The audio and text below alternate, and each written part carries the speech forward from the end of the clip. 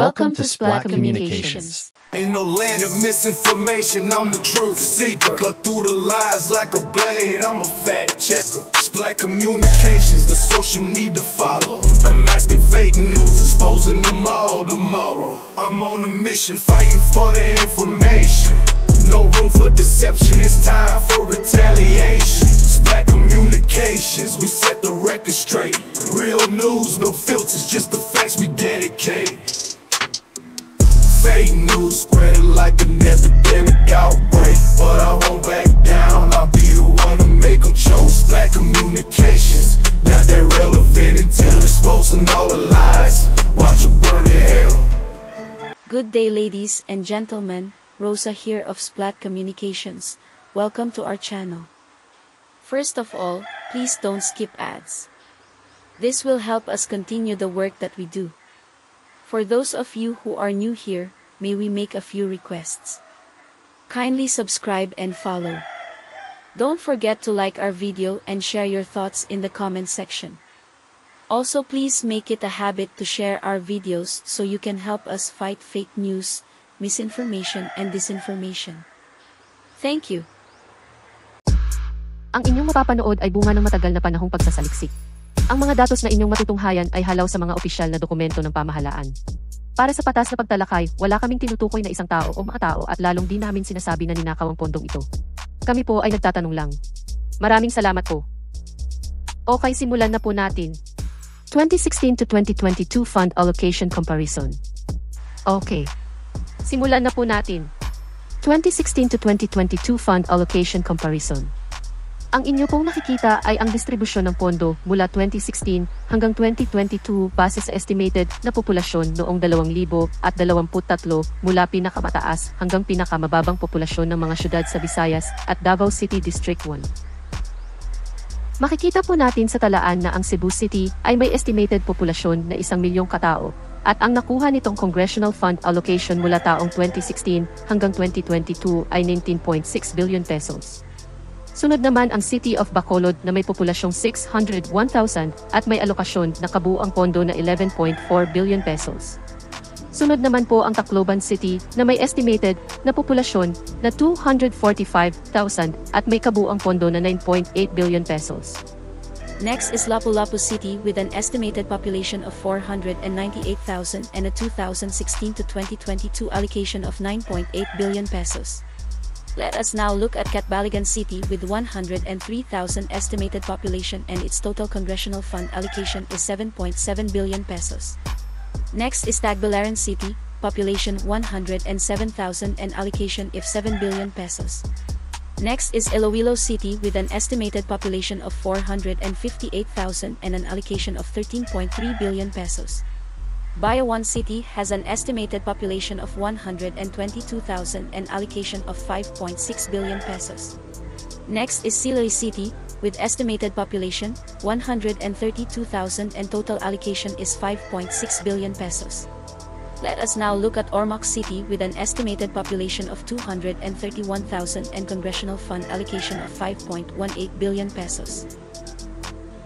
Sunod naman po natin ang Rojas City na mayroong estimated population na 180,000 at fund allocation na 4.62 billion pesos. Sunod po ang Dumaguete City na may estimated na populasyon na 134,000 at may alokasyon na 3.92 billion pesos. Kung inyo pong napansin, kasama sa talaan ang Davao City District 1 na may estimated population na 630,000 sapagkat ito ang nagkaroon ng may pinakamalaking alokasyon sa buong Pilipinas panahong 2016 to 2022 na umaabot sa 103.97 billion pesos.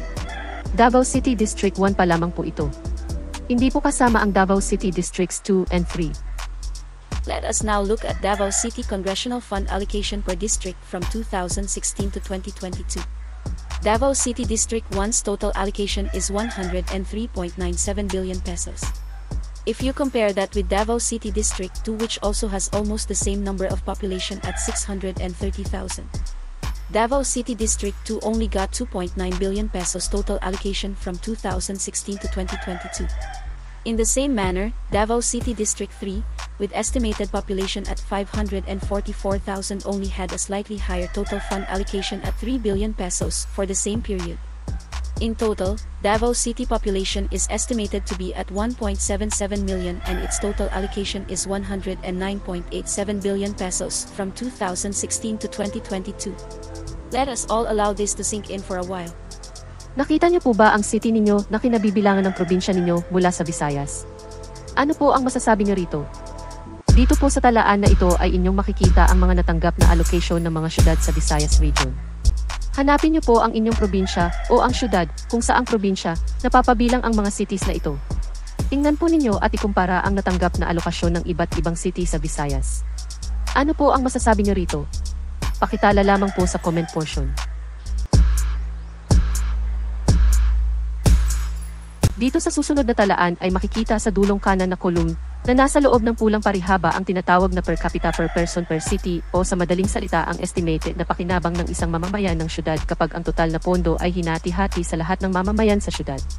Makikita po dito ang hindi pagkakapantay-pantay na distribusyon ng pondo sa antas ng mga mamamayan. Hanapin niyo po ulit ang inyong syudad. Ano po ang napapansin niyo at ano po ang masasabi ninyo?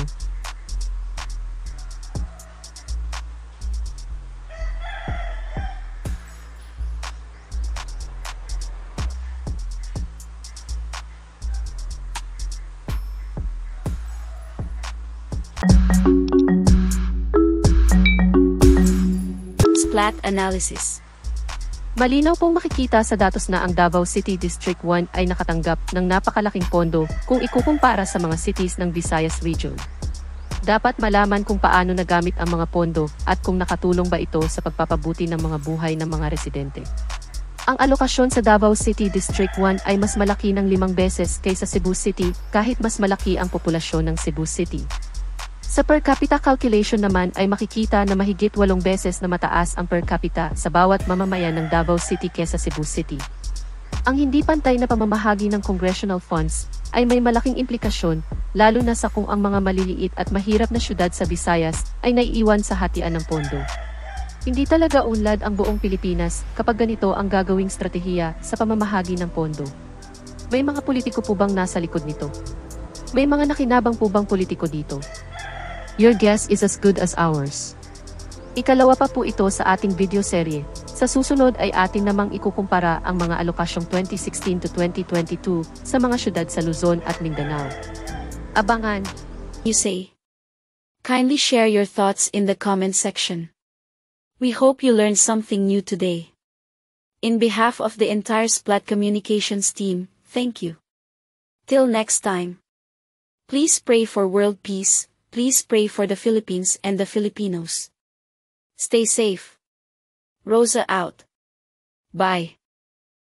Ain't no land of misinformation, I'm the truth seeker. Cut through the lies like a blade, I'm a fact checker. Splat Communications, the social need to follow. Unmasking fake news, exposing them all tomorrow. I'm on a mission, fighting for the information.